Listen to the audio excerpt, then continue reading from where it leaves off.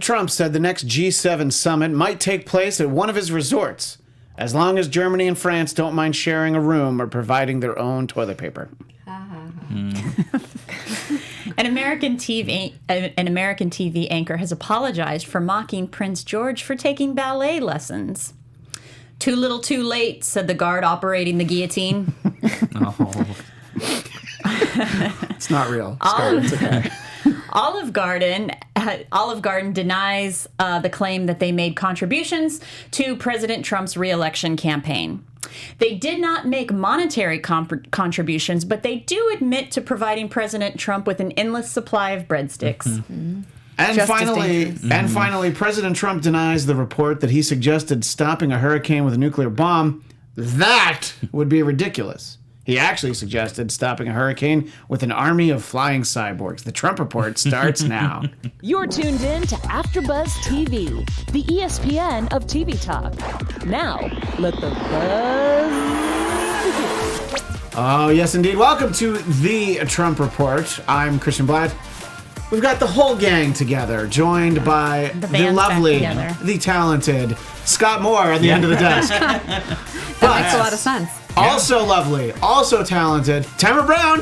Hello, how are you? And wait, the loveliest and most talented, me, Christian Bladt. But second to me, Why, thank you. Chelsea Galicia.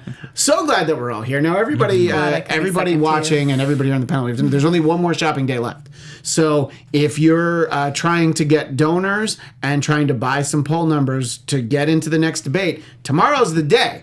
And I hope nobody makes it. I mean, nobody else makes it, because I just want one. Yeah. I don't need One two night. nights. You know what? Thank you, Hickenlooper. Thank you for everybody who's gotten out of this race. Anybody else who wants to get out before September 12th, please do. Now, you're talking about Joe Walsh and whoever he'll be debating, right? Yeah, no. By the way, the only Joe Walsh that I would like to see debate President Trump is the one from the Eagles, because I mean that would need to be pay-per-view.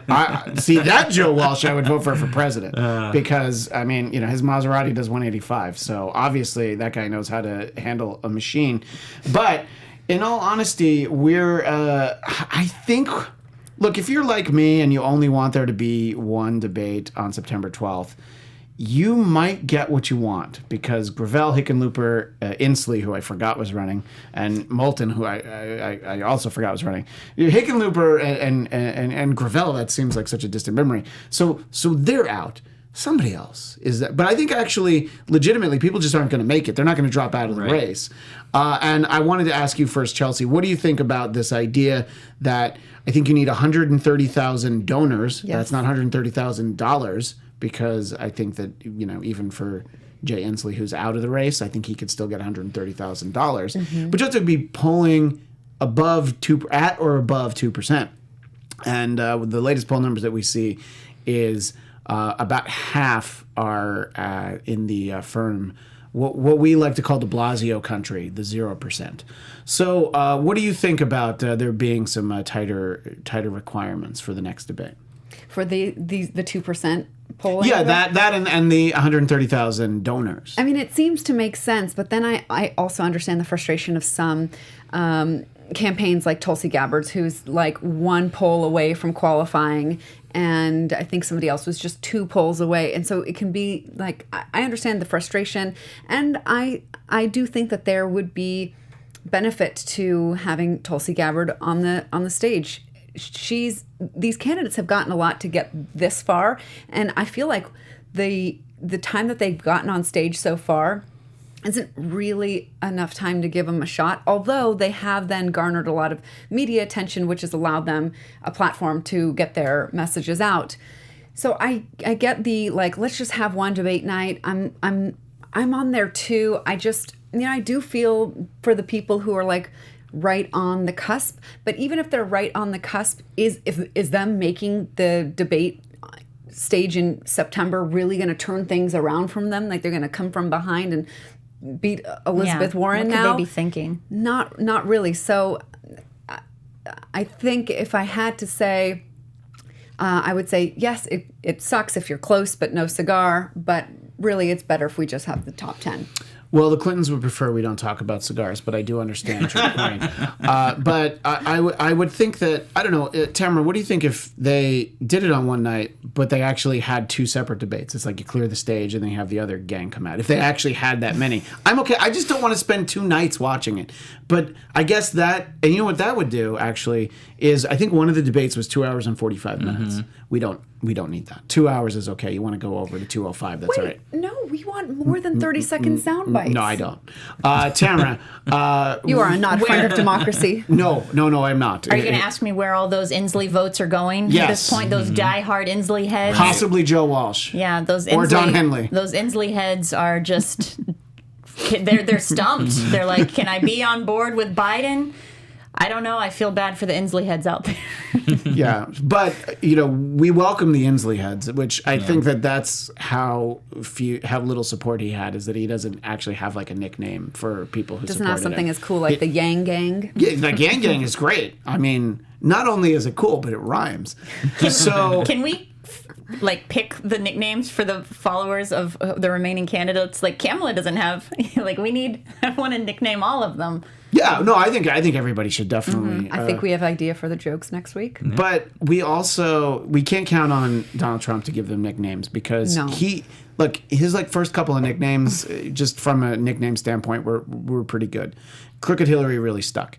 But it's like now he's not even... Because that wasn't him. That was a whole... Hey, he ran with it, That's so he had to hit a team of writers, I mean, Stephen Colbert doesn't write his jokes either, so it's okay. If wherever he got it from, he just ran with it. But now it's like Sleepy Biden. It's like, I mean, handsy Biden, forgetful Biden. There's way better things that you can go with. So I think we need to turn to our audience in the chat. Please give us some nicknames for some of the candidates, whether it'll be live during this show or if you're watching the archive version. And we would like to share your nicknames for some of the candidates. Scott, do you want 30 people qualifying and then having debates over 3 nights? You just want more? All right, just as many as you can have. Okay, that's fair. No, like Chelsea said, I think you have to draw the line somewhere, and this is where it's at. And the kind of odd thing is that some of those people could come back in October, because the polls are still going to go up through, from tomorrow. And so there's a chance that some of the people will be able to come back in that are not eligible for September. So there might be a slight bump up in October. But at this point, you do feel like it's got to get harder and harder for, like a competition. It's got to get harder and harder the closer you get to the primaries, which start in January. So as we start heading into the fall, you want to make sure that you are starting to call some of the people out. And so it makes sense that we're at that point now where we're gonna have more challenges to be able to stay in the race at this point, and to be able to have the ability to be on the same stage. So I wish one of the candidates would start growing a beard like Justin Turner, like leading up to the big game. Oh my gosh, yeah. Like just have their ritual. Well, yeah, and just it's like, I'm not going to shave until my candidate's president. So you fast forward 8 years and they've still got this ZZ Top beard. So one of the candidates who seems to be gaining a lot more attention is Elizabeth Warren, who was obviously popular to begin with, but she's drawing larger crowds. And I'm just wondering if there's anything that anybody here feels like has changed about her. Are people just paying attention? Has her messaging gotten more concise? Is there something that any of you see as different about her? Or is it just maybe the summer's almost over and people are starting to pay attention? I'll ask you first, Chelsea. Well, I think that the appeal of Elizabeth Warren may be coming from the spectrum of the top 3. We've got Biden, who'd be the most right on the spectrum. And then you've got Bernie, the most left. Yeah. And she would be the moderate, actually. Well, if interesting. You're looking at that spectrum. Amongst those 3, she is definitely the most moderate. Yeah, but there's not necessarily a lot of rooms where you would consider Elizabeth Warren to be the most moderate. Very but amongst true. those 3, you're absolutely right. Yes, and I think that Bernie and Elizabeth are always pretty close in most people's minds. I think the only real difference, at least to me, is that Elizabeth Warren calls herself a capitalist, whereas Bernie Sanders calls himself a democratic socialist. And I think that people want to try and fix capitalism rather than overthrow it entirely.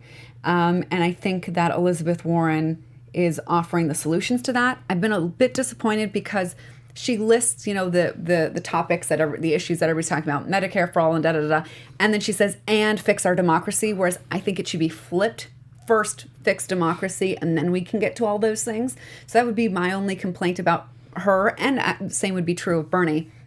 But I think that might be some explanation for why she's gaining more traction. And she's just awesome. If you really listen to her, she sounds really, logical and smart and brilliant. And she doesn't have that sort of angry-ish thing that Bernie's got.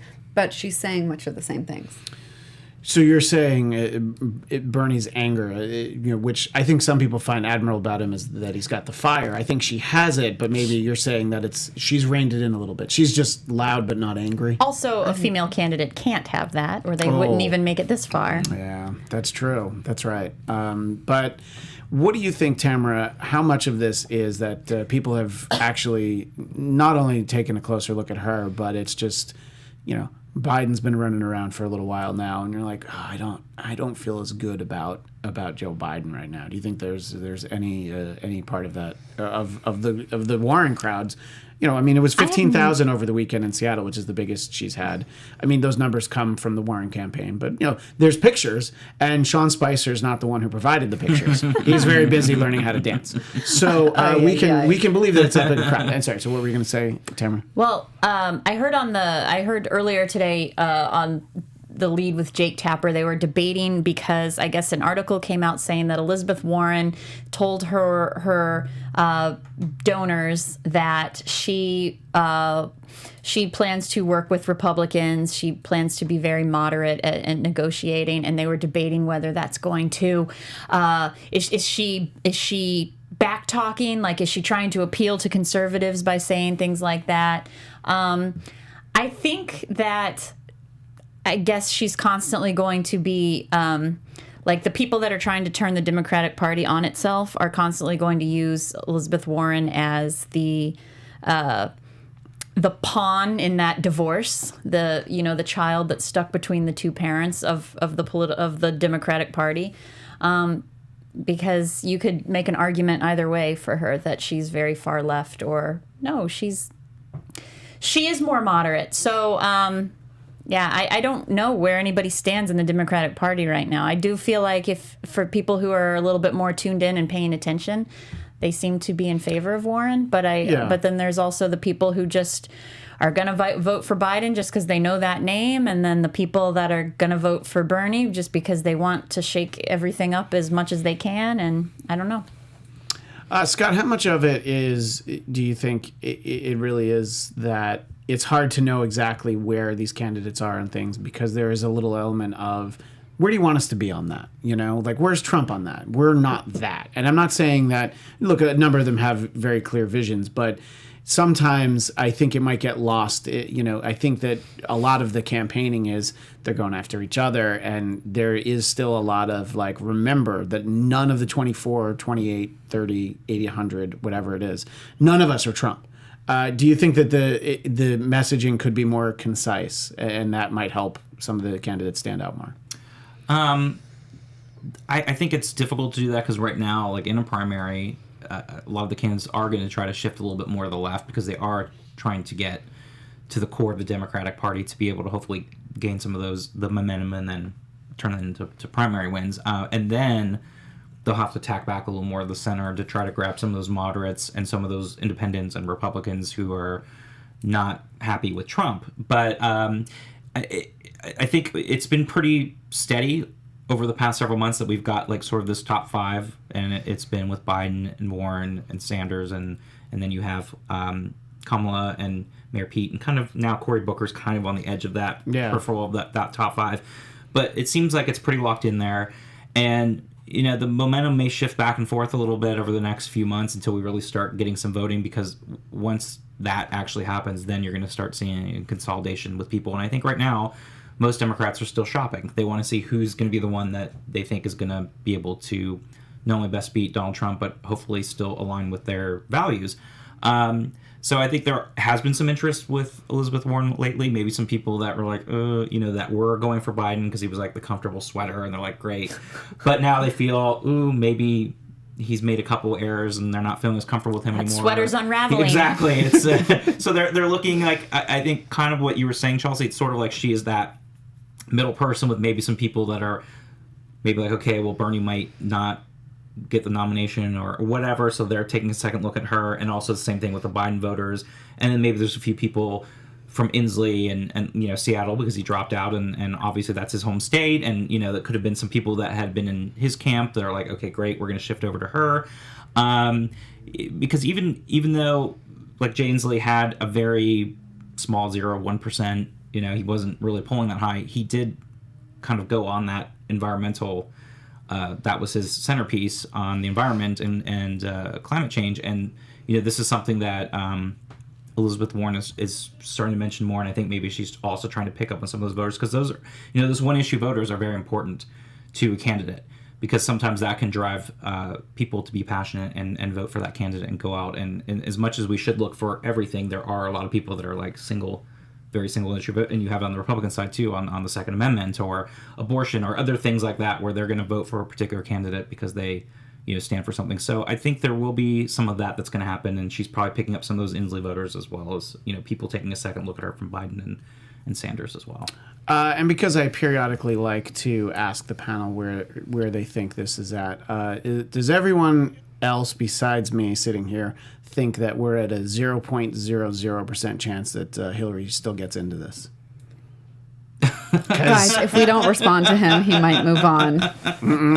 No, because I'm not convinced. She's very active on Twitter, and she definitely has the fire. I think that it's hard for her to look at this and go like, of course, yeah, but I'm better than all of them. Oh, the disdain for Hillary. No, I mean, she is better. Look, 3 million people voted for her that didn't vote for Donald Trump. 3 million more people voted for her is what I meant to say. Yeah. And so I think that it's just like, it's like, I think in general people aren't blown away by a lot of them. Somebody like Elizabeth Warren is able to make headway.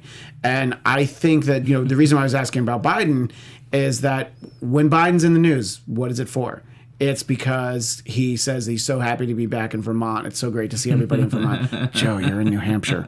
Yeah, that's what I meant. But then there's an actual quote from him. I think this was today. No, this was actually Monday, which is yesterday. He said, I want to be clear. I'm not going nuts. See, that doesn't help. No. That definitely doesn't help. I'll tell you what that reminds me of. Yeah. That reminds me of Elizabeth Warren taking that 23andMe test. It was just like, well, no, you're playing I with thought everybody. you were going to say it reminds you of Donald Trump. Donald Trump, yeah. I mean, I'm the most stable. No. It's just like you're going into territory you just shouldn't. I mean, Elizabeth Warren probably thought that the results were going to be a little different, but it's like, why would you ever take that test? Why is Biden saying this? So it's just like, I don't know. I mean, I think Trump's just laughing at everybody. That's the way I look at it. I mean, obviously he is the most, what was it? The most stable? What was the stable genius? Most stable genius, yeah. And that stable genius is just really hoping to get to debate. Wait, Joe Walsh, and then who's the other guy running for Weld? Weld, yeah. Weld. Yeah, that's never going to happen. He's never debating either of them. He doesn't have to. No, they're going to no primary.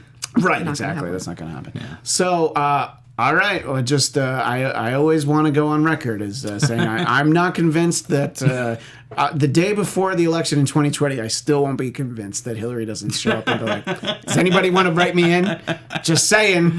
I would never say never, because I think, obviously she's wanted to be president before Bill was even president. This is something she's always wanted to do, and maybe she'll like third time's a charm. And maybe she would have been better at it. We don't know. Maybe she should have run first. So that's why I would never say never, because I think that passion is always there, and the fact that it was that close. It was that close. It should not have been that close. Yeah. Right. Probably, obviously kills her. So I think there's a very good chance she would again. I wouldn't even put it past her to try to run again in 2024. Like, as long as she's healthy and able, I don't see that. I could never say 0% chance that she's going to attempt to run. But I would bet money that she's never going to run again. Oh, I mean, I'm talking about 2020. She could run in 2024. That's what I'm saying. She could run in 2024. That's what I'm not going to put it past her. Yeah, you still want to say again. never. No, never. No, I want to say never. Yeah. I want to say never. Yeah. It wouldn't surprise me if somebody like chose her as a running mate, like in 2024. I could see that happening. 2024, not 2020. No, Interesting. I don't think in But- 2020 either. Because I don't know how But- old she Too much would baggage. be, but Yeah, but I don't. 77 in 2024. I don't know. So should Joe Biden just, I don't know, make less appearances? Should he get more naps? I mean, he certainly shouldn't be saying, "Hey, everybody, I'm not nuts," because I think he thinks it's funny. But I do think people are just like, man, I really want to, I want to support him, but it's just every time, not every day. Every week there were a couple of stories where it's like, oh, Joe, you don't know where you are. And that's easy if you're on the campaign trail. Right. But it's magnified when it's Biden who doesn't know where he is. But I don't know. Chelsea, know. would you have any problems supporting Joe Biden were he to be the nominee, or would you just stay home? No, because if he selects my pick as VP, Mayor Pete, I would feel good about Mayor Pete having to take over. But what if he selected who's somebody you don't like? Like what if he picked Bill de Blasio as his running mate? Bill de Blasio's crying somewhere. You laughed so hard at the end. Look, he might help you get Staten Island. He's not going to get the other 4 boroughs. He could carry Staten I don't think it Island. would give you Staten Island either. There's also too many police officers that live in Staten Island. In So. all my days of producing this show, I don't think I've ever seen Scott laugh so hard. Well, we've been doing this show a long we have. time, Ryan, but We have. actually you're probably right. Yeah. So I still think with all these mistakes, for most people who are only halfway paying attention, that's true. Yeah. Including Joe Biden. Exactly. I mean, maybe this is making him resonate with voters more. I mean, I still think that I'm calling it like my second placed dream, because dream would be like Elizabeth Warren and then like a whole government around it that like is of the Elizabeth Warren cloth. But like I guess my reality dream would be Joe Biden, VP is Mayor Pete, Okay. and Senate Majority Leader Elizabeth Warren. I like that. I mean, I could like that. I could get behind that. Yeah. I And could that- see her being majority leader, obviously assuming there's more Democrats in the Senate. But wouldn't there I don't know. I mean, wouldn't there be people that have been around longer? I mean, doesn't Schumer take every breath expecting that one day he's going to be course. majority leader? I think he does, but Yes, and if you really want to see a passionate Democratic Party, even having Joe Biden as a nominee, you would be saying Elizabeth Warren would be Senate Majority Leader. And then I think that the passion you need to get the top of the ticket would be there, because that big picture of Joe Biden as president, Mayor Pete for VP, and Elizabeth Warren, Senate Majority Leader, that is a picture that could be a rallying, cry for people who are, realistic that the country is afraid of change, but then passionate about the fact that somebody of Elizabeth Warren's nature is what we need in the Senate to be driving policy. Well, I mean, in arguably, you're able to affect policy that actually gets passed a lot more if you're the majority leader. I guess if you also have the House. And Really dumb question. Who picks the majority leader? They vote on it, don't they? The senators? Yeah. So they're not going to vote for her. Yeah. They're going to vote. Look, I'm just saying, who are they going to vote for? Who do career politicians like more than anything else? Other career politicians who look out for their same interests. I think somebody like Chuck Schumer probably came into Washington with all the great ideas, but like anybody, he's just been there for too long. Right, So his day is past. Yeah, and I'm not saying. Look, I'm not saying that you shouldn't be excited about your idea. I just think realistically, it's always like who are people thinking might be Speaker of the House other than Pelosi? There was a little bit of a rumbling, but everybody kind of knew it was going to be her. Well, yeah, I'm not at that point AOC. Now Keith going Ellison, forward, was that somebody that was up for it? And I can't remember. yeah, but there wasn't a lot. So it's just like, and I'm not even saying that she isn't the right person for the job with Donald Trump as president. It's just, it's pretty locked into place. And I think that to campaign on something that you can't really promise because. I don't know, Scott. Off the top of your head, do you know how many seats Democrats would need to pick up to actually be the majority in the Senate? Well, whether you can have a plus or minus. Two. Well, I mean, they've got to be able to get at least 50, and then have the Democrat, or 49, and have the, or 50, sorry, and have the Democrats win. So the VP, Pete, could be the deciding vote to give you 51. Right. Well, that's because that happened with Republicans with during George W. Bush too. It's like you get that one extra. Right, and there's usually the one independent, and it's like, well, who do you caucus with, and then that makes the big difference, Like Angus King in Maine, who always caucuses with the Democrats, but Bernie and Bernie in Vermont, but you do obviously want the cushion. So, if you were able to get 5 or 6 seats, you'll end up being able to get at least. And if you have 53, the number 2 and 3 in terms of the presidential. Candidates 2 and 3 being Warren and Sanders. You have them out campaigning for progressive senatorial candidates.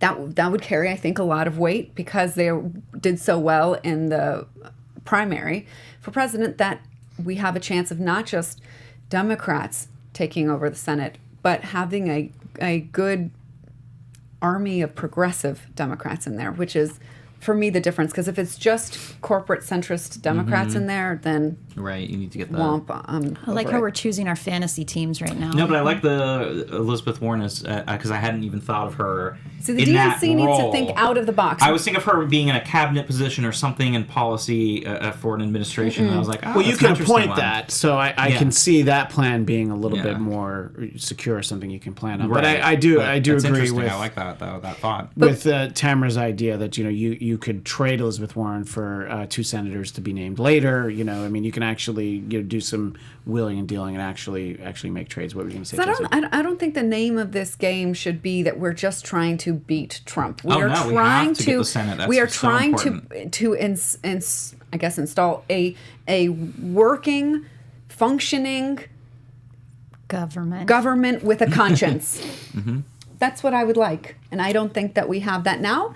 And I'm frankly not sure we had that before Trump either. At what point in 243 years of the United States of America do you think we had a government with a conscience? I'm just asking. It's just a simple question because I'm not convinced we've ever had that.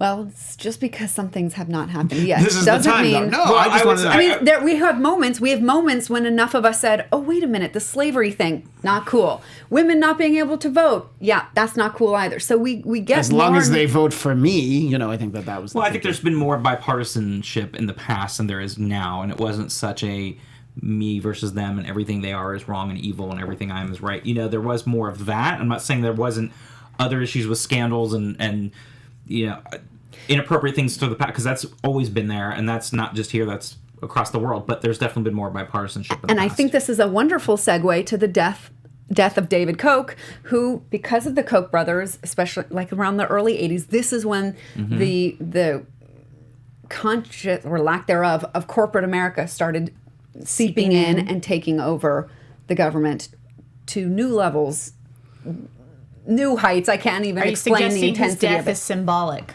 of getting money out of public politics. interest out of politics. Remind me, which one was he? Was he Cherry Coke or Coke Zero? Because it's really hard for me to keep track. Charles is running Coke Industries and has been for a long time. But the two brothers themselves are the ones who did something remarkable with this business that they inherited from their father, and what they did. I mean, I couldn't explain it in 30 seconds. I don't even know if I could explain it in 30 minutes. I've read a lot, heard a lot, documentaries to understand. But what they have done is, I mean, in the worst way that you can use the word awesome. It's like just amazing. No, I mean you can be impressive at what someone accomplishes despite not believing in what their vision and their message is. I mean, what we talk a lot about on the show is just the fact that Donald Trump became president is shocking, and it's just like, he didn't just go to Wisconsin. I guess he went twice. But the question, of course, the reason why David Koch comes up so much in the news, at least, on cable news, because that's this is the angle they can put on it. Was that I'm wondering if anybody here feels that it was okay for Bill Maher to go on TV and say that he was glad that he was dead and they hope it was painful. Well, if you believe in the First Amendment, it's Right, okay. that's what I was going to say. No, you can say it, but is it fair? appropriate? Is it fair for there to be the backlash against Yes. HBO that there is, because it's just like you don't even like the guy, but Well, it's that we always go back to the question, like with Trump in the office, setting the precedent of how people, I was about to say politicians can talk, but Bill Maher's not a politician, but what the yet. public can say, yeah, it's like all bets are off. I mean, look, he's a comedian. He should be able to say what he That's what I'm wants. saying. It's just you got to stand by it. And then HBO, has. of course, is a it's part of Time Warner. So anything that happens, Part of you get- AT&T. Yeah, and he famously lost his job with Disney-owned ABC because of what he said. So Well, I think that he is somebody that if you give him a check, he might say something. He's definitely going to say something. I mean, and by the way, people forget that he called himself a house N-word not that long ago. He's really making a lot of trouble. I don't think people forget that. It doesn't come up that much. Let's put it this way: they forgot about it in the way where he still has a show.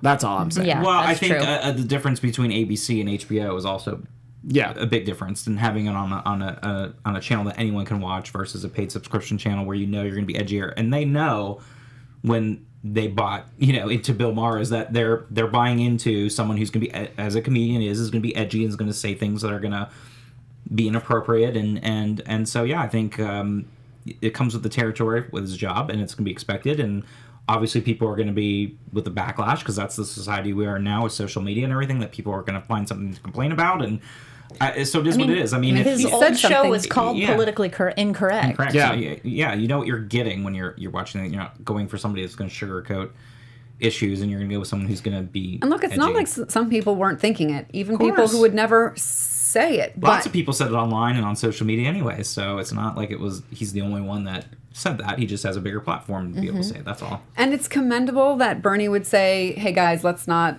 chant yay for his Yeah, death." I did want to bring that up Yes. actually. Yeah. Because there's no positive yield for Bernie for being like, oh, let's just let that happen. Yeah. But I think that the American public is well served to know that this was a very controversial figure and why, to look into that. And can we hopefully just put a rest to the days where somebody was a good person because they gave millions of dollars to hospitals and stuff?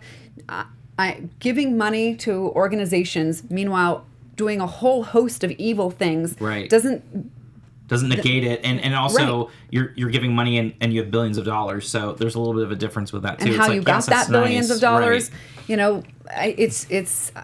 I'm not really for it. Is somebody who gives money to charity automatically a good person? I don't think you Yeah. have to say that someone's great when they die, but I also think that sometimes you don't need to like literally dance on their grave. I mean, something that I've talked about on this show occasionally is that I was really good friends with Andrew Breitbart, and I know what that website is now. But he was at my wedding. He's one of my favorite people I ever knew in my life. And Rolling Stone, the day he died, had an article called Death of a Douche.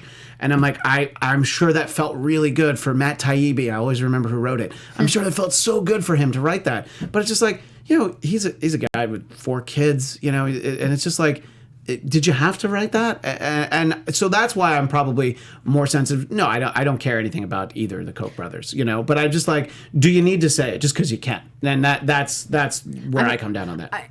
If that's what gets the American public talking about what this guy did, then Right. I'm okay with it. I mean, I guess I don't feel badly enough for his family. I wish his family, David Koch's family, would have said, hey guys, what you're doing is so wrong. But they didn't, or not loudly enough.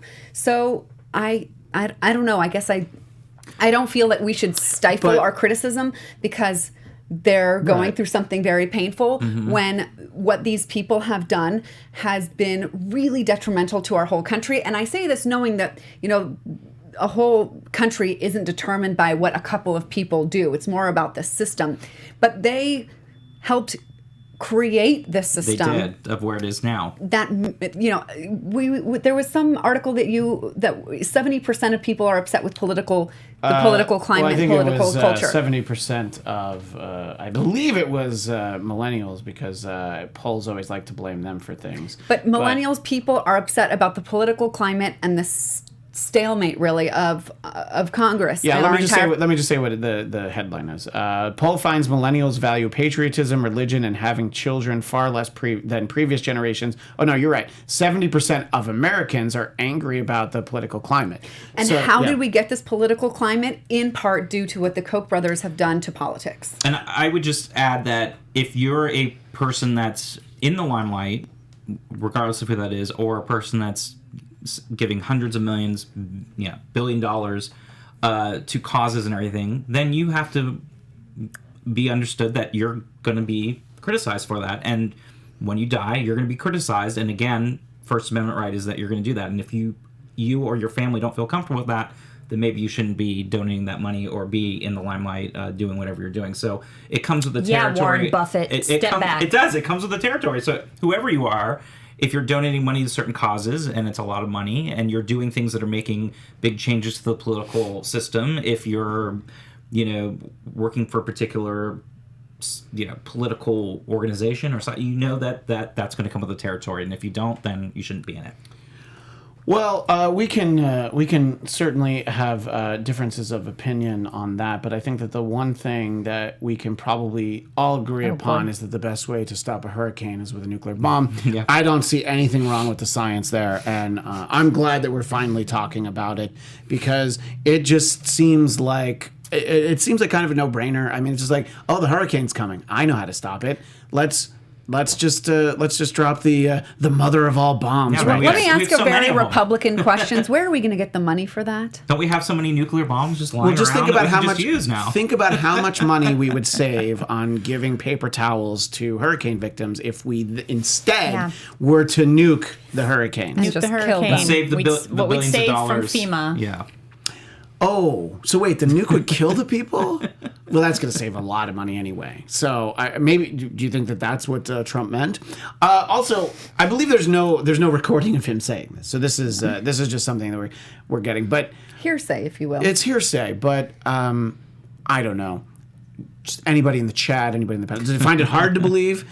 And that if he said it, it wasn't like we should just throw a bomb in there. I don't think it. I think if he did say kind of humor. No, he doesn't. It was hard. It was one article. Here's the thing: is that it speaks to who our president is.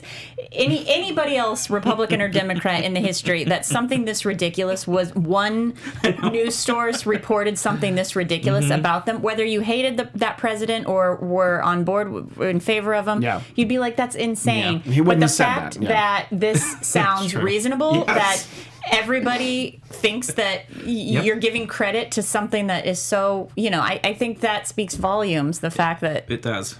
I agree. And the fact that he had to tweet about it multiple times now also makes me think that it really did happen. Because that's his own I'm not going nuts thing. Exactly. Because if he didn't, if he had to keep repeating it, then to me, I'm like, he did probably say it then. I mean, I think we should confirm if that was true or not. And then we should all get behind Scaramucci, again, trying to rally all of the cabinet members to getting, what did they say? To take him to Walter Reed and to, Well, like Rick Wilson even said too, it's like, he should be going to, pulling the 25th Amendment. Yes, he really should.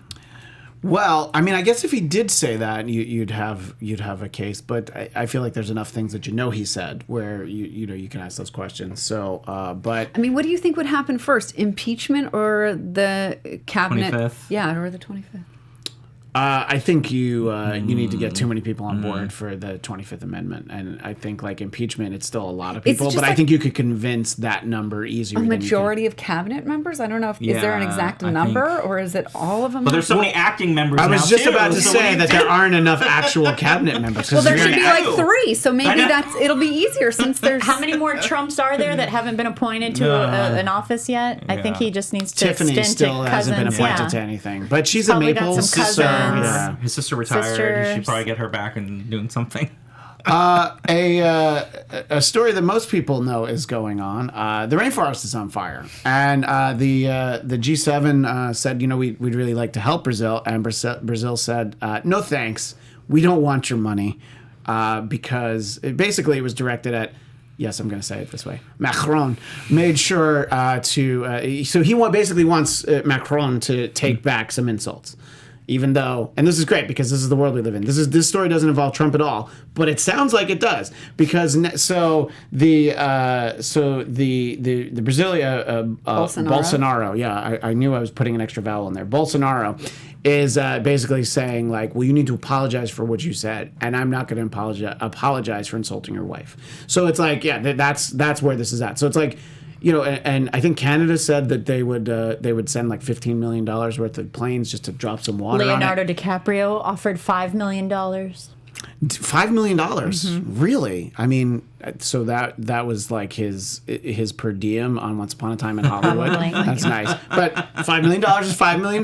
Good for you, Leo. You know what? We shouldn't be looking to Jack from Titanic to solve all of our problems. It's kind of symbolic. I mean, the thing is that if this goes down, we all go down with it, and all this other bickering we have about other issues besides the climate is just rearranging. What is it? Chairs on the deck of the Titanic. Yeah. So actually, I think that makes him even more qualified. So Leo is the one who should swoop in and put out all the fires. Well, not himself, but I think he's a good symbolic figure to what will happen if we don't fix this.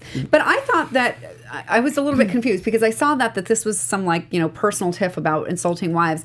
And then I heard, who was it that said, we're not taking this money because when one country tries to help another country, they're really doing it for some other ulterior motive. That was like the strings attached. I think that was what I had read about. Right, too, and I mean, he also take this by saying, Yeah, he also said, why don't you just worry about your own, I think he said, colonialist interests, So it's like, don't worry about us, Which is a good example of what happens if the whole world were to take on the America first mentality, meaning their own country first. If it's every country for itself, then we're all going to go down because we're way too interrelated to be able to all look out for ourselves and not have this whole thing go down. Yep. So the rainforest is still on fire last time we checked. The Amazon's not just the rainforest. So, and Sub-Sahara Africa desert where the plains are on fire too. It's bigger than the Amazon. What? Now, let me just ask this question. I think this is a really important question. Would we be able to put out the fire if we dropped a nuclear bomb on the Amazon? Would that put out the fire? Good idea, Christian. Let's get that out. Let's get that. Everybody watching in the chat room, let's tell all your relatives. Let's get that out there. Or if you use the nuclear bomb on the hurricane, can you divert the hurricane so that it goes over the Amazon? Look, I'm just trying to solve problems here. Clearly France isn't going to be able to help Brazil here. Let me help you. I'm just thinking outside of the box. And maybe by next week we'll be talking about how, well, you know what? I can't believe they did it, but they did figure out how to nuke that hurricane right over to the rainforest. I will say, you're welcome, Brazil. I think Macron actually has a better strategy, and that might be to hurt Brazil economically by telling Europeans that we need to stop importing soy from Brazil because the soy beans from Brazil are part of the reason why that the deforestation is happening. So if we stopped buying meat, cattle in particular, soy, I can't remember what else we get from there. That the carnival beads, that's which is the reason for why.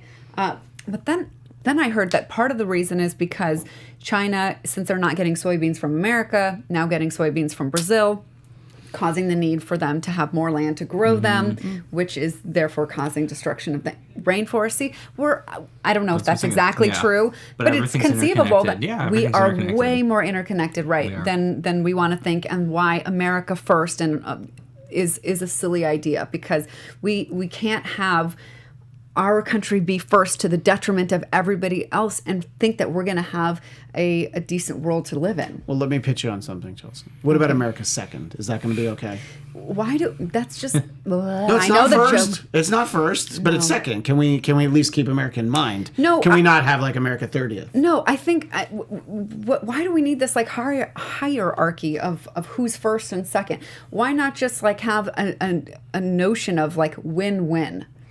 Where yes, we want to make deals and have a strong economy and all, but we're not going to do that to the severe detriment of other people, because those consequences are, if you want to look at it for selfish reasons, going to come back and bite you later. I think Chelsea's saying America leading from behind, like Machiavelli. No, well, I'm not getting. I mean, we could certainly. I mean, we're certainly behind in so many ways. So why don't we lead from behind?